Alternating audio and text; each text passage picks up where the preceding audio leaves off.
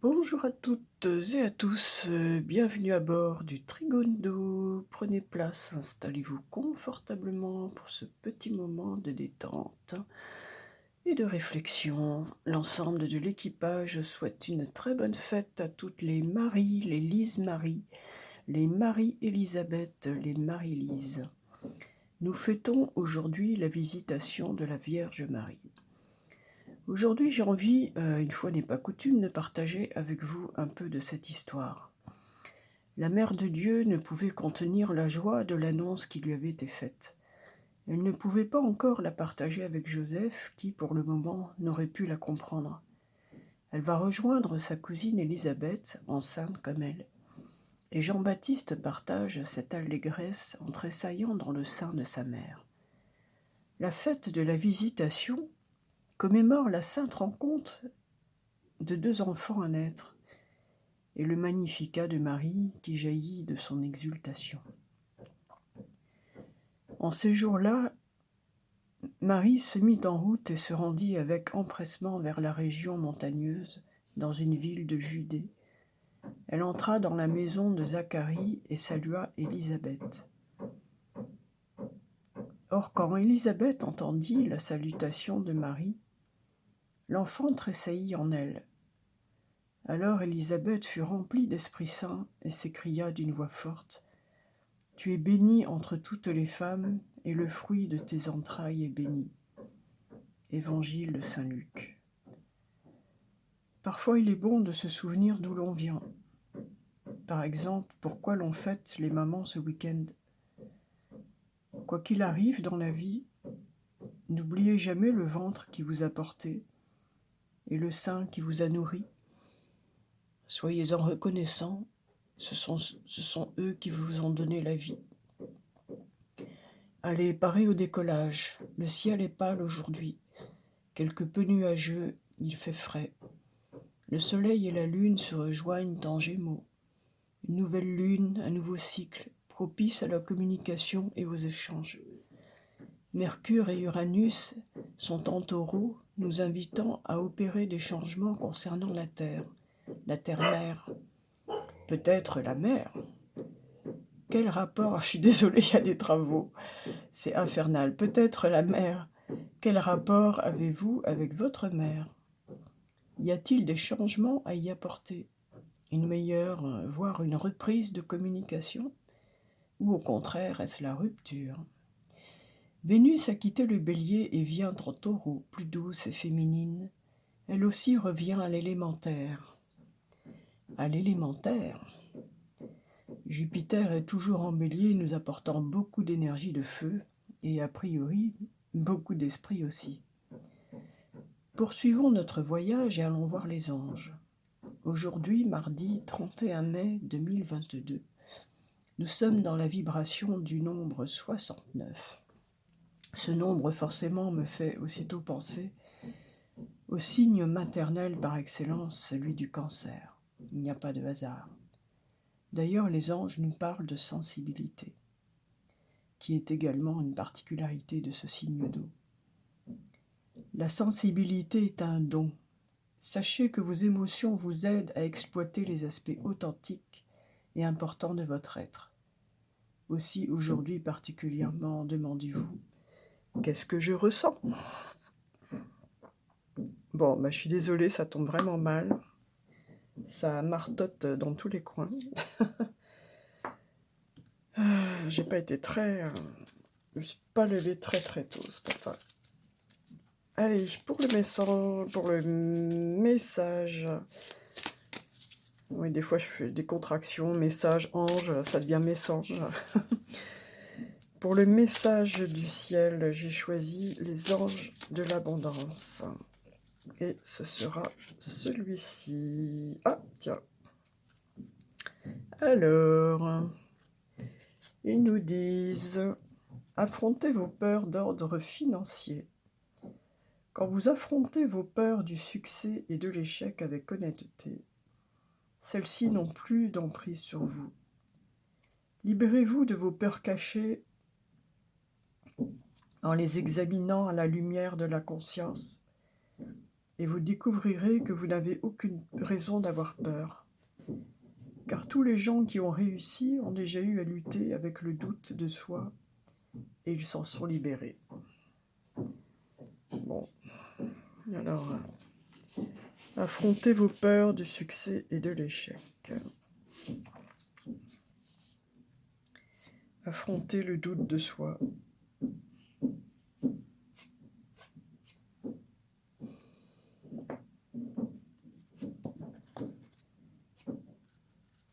Pour le message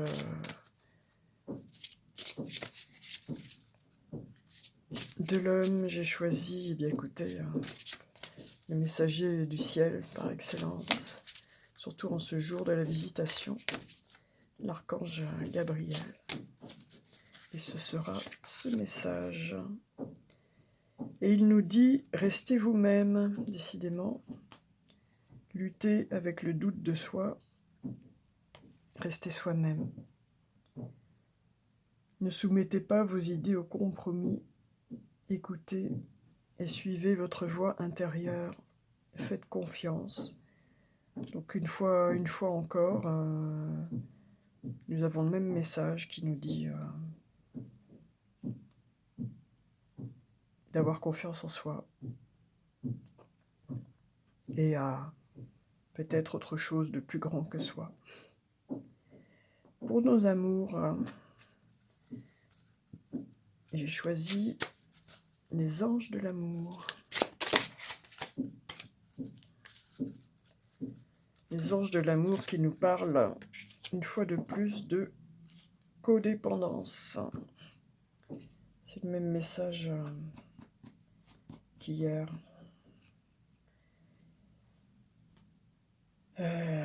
Bah oui, être amoureux c'est bien, mais faut quand même rester soi-même. Voilà, faut pas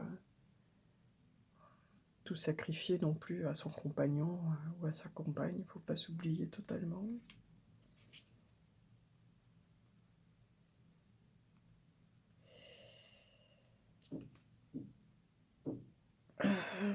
Pour ceux qui n'ont pas encore retrouvé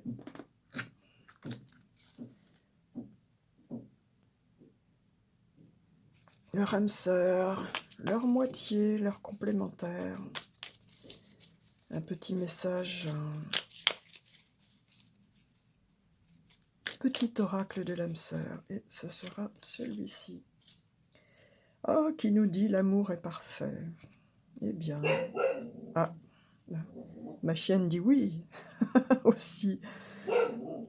D'un point de vue physique, certaines relations peuvent sembler discutables, mais en prenant de la hauteur, elles sont toutes sacrées, chacune d'elles nous aidant à grandir dans l'amour et la sagesse.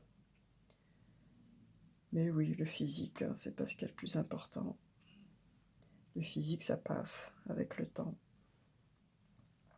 Pour la réponse à la question, j'ai choisi l'oracle de la triade aujourd'hui.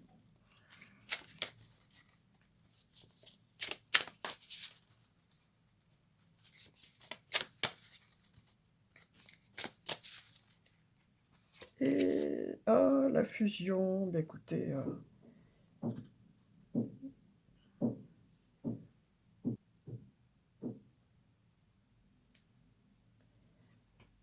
alors pour la réponse à la question, la carte de la fusion, une très belle carte, puisqu'on y voit deux alliances, une carte qui nous parle forcément d'union, on parle de mariage, d'association peut-être, au niveau professionnel, d'un rassemblement.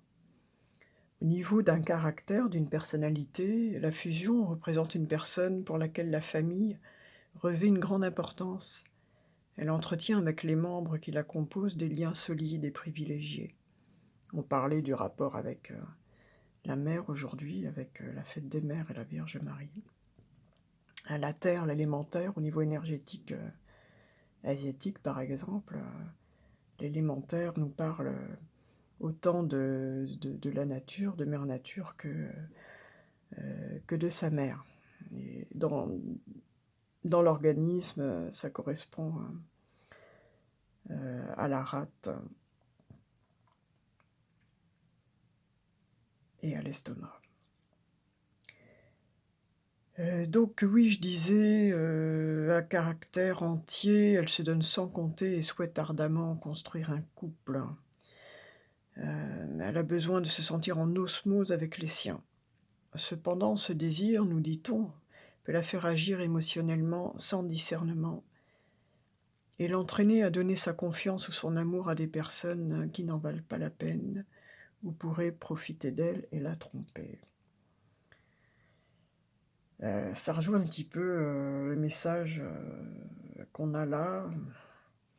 C'est-à-dire que là, nous avons une personne qui a tellement envie de se mettre en couple, de fonder une famille et cetera, qu'elle le fait pas, forcément avec, elle manque peut-être de discernement, tente de le faire pas forcément avec, la bonne personne. Sur le plan affectif, cette carte nous parle du bonheur conjugal, des sentiments, qui sont sincères. La fusion exprime le désir d'avoir un enfant ou annonce la conception d'un enfant. Pour les personnes célibataires, elle indique la concrétisation d'une relation, la vie commune ou d'un mariage. Écoutez, voyez, ce que ça fait résonner en vous selon votre situation. En tout cas, nous avons là une personne qui a vraiment envie de se mettre en couple et de fonder sa famille. Allez, justement, allons atterrir sur la mère Terre et pour le message de Dame Nature, vu que nous sommes un peu dans l'émotionnel aujourd'hui, j'ai choisi de garder les fleurs de bac. Quelles fleurs de bac pourraient nous être utiles aujourd'hui?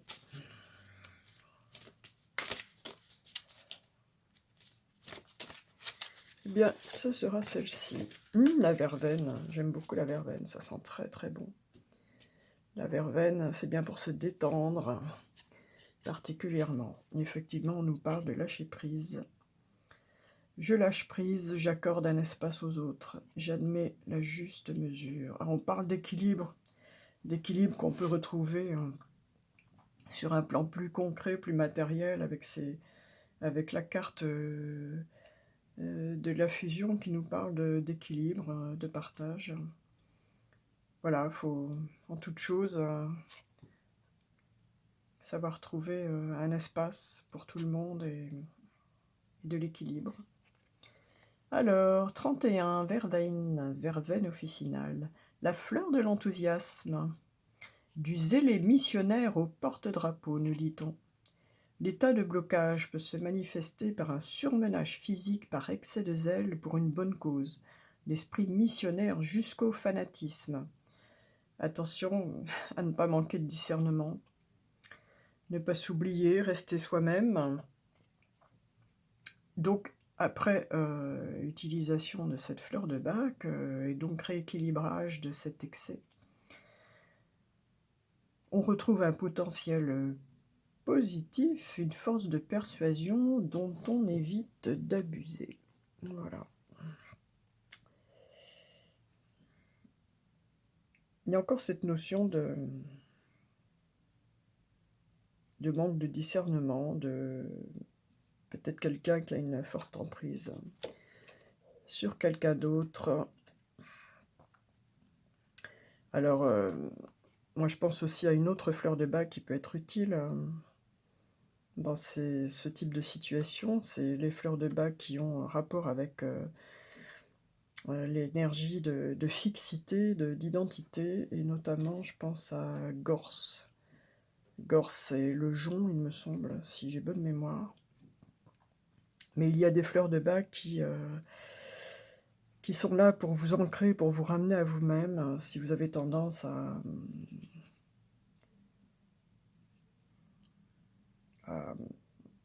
peut-être aimer quelqu'un d'une façon fanatique, à en oublier qui vous êtes et d'où vous venez. Allez, on prend de la hauteur, on fait monter les vibrations avec la loi de l'attraction et entrer dans le vortex particulièrement. Et oui, j'oublie souvent mes cartes. Quand je les range, je les remets et puis voilà. Un jeu qui est très intéressant d'ailleurs, au niveau justement tout ce qui est relationnel. Et donc, que nous dit entrer dans le vortex aujourd'hui, mardi 31 mai, jour de la visitation de Marie, où elle apprend donc, enfin, elle va voir sa cousine. Eh bien, ce sera celle-ci.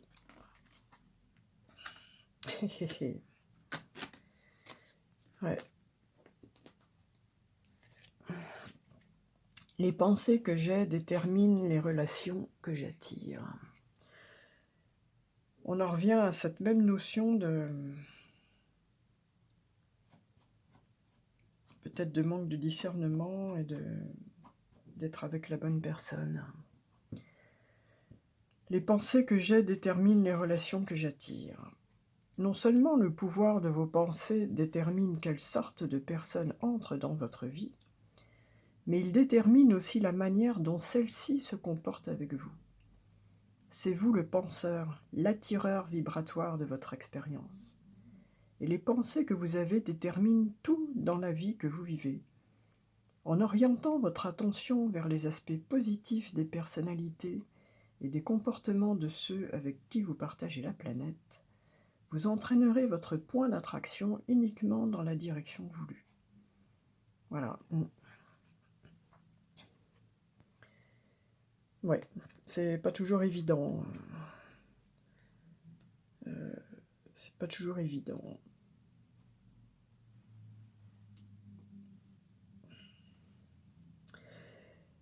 Soyons attentifs à ce que l'on veut dans la vie, à tout point de vue, afin d'attirer les bonnes personnes.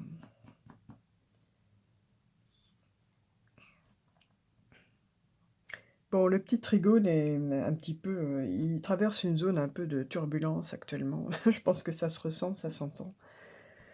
Bah, je suis comme tout le monde. Je vis des événements dans ma vie qui sont parfois pas toujours faciles. Mais bon, je tiens à rester là pour vous et avec vous. Et pour conclure cette journée de la visitation de Marie, à qui on peut demander du soutien, particulièrement dans tous les aspects des rapports entre parents et enfants, par exemple, forcément. Donc n'hésitez pas à lui demander de l'aide si vous avez des problèmes familiaux. Et donc pour nous quitter aujourd'hui, j'ai choisi, eh bien, forcément, l'oracle de Marie, Mère universelle. Et elle nous parle de Notre-Dame du doux repos. J'adore cet oracle, il est d'une beauté, vraiment. Les illustrations de Shiloh Sophia MacLeod sont d'une beauté. Je pense que c'est un des oracles les plus beaux que j'ai. Il est vraiment magnifique, magnifique.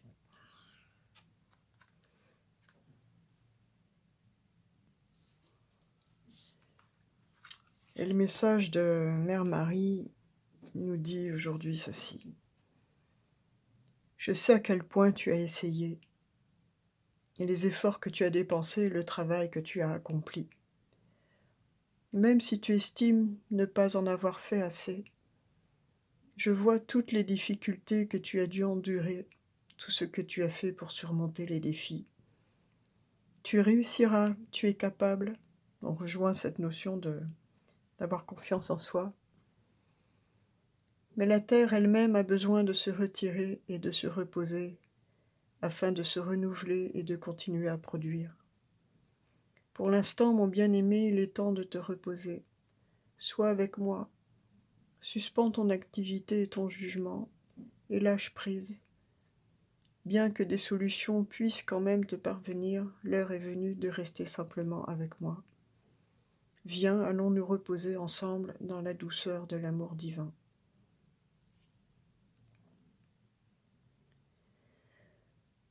Ce monde a besoin d'équilibre. Si beaucoup d'entre nous le savent intuitivement, le vivre est une autre question. Nombre de gens ont appris et croient encore que l'effort et le combat sont des comportements essentiels et que, si nous n'avons pas encore réussi, c'est que nous n'avons pas accompli suffisamment d'efforts. La Mère divine apprécie le dur labeur, surtout en ce qui concerne les activités qui donnent un sens à votre vie, qui vous remplissent de passion, même si elles exigent toute votre application. Ça rejoint un petit peu cet esprit de jusqu'au boutisme qu'on avait auparavant. Mais bien qu'elle aime voir que vous ne laissez pas intimider par le travail, elle sait aussi que dans ce monde, il y a des saisons de repos et des saisons de labeur et que c'est la loi naturelle de la Terre. C'est dans le repos que non seulement nous pouvons nous régénérer, mais aussi cesser de penser à nos problèmes pendant un temps, pour éventuellement accéder à une perspective différente. C'est aussi dans le repos que nous pouvons laisser la Mère divine nous aider. Nous devenons réceptifs. Nous devons nous ouvrir pour que sa sagesse et sa lumière remplissent notre corps et notre esprit, pour qu'elle infuse en nous sa guidance qui nous permettra de les ressentir et de les connaître. Bon, après, le texte est encore long, alors... mais, donc, la Mère divine nous évoque un temps de repos, de lâcher prise, que l'on retrouve ici, de laisser aller, et comme je le disais précédemment, peut-être de lui demander de l'aide. Voilà, bah écoutez, restez confiants en vous-même. Je disais en début de voyage qu'aujourd'hui il fallait qu'on se pose la bonne question, qu'est-ce que je ressens? Voilà. Eh bien, peut-être ayez ce temps de repos, juste avec vous-même, et demandez-vous qu'est-ce que je ressens? Je vous souhaite une très bonne journée et je vous dis à demain.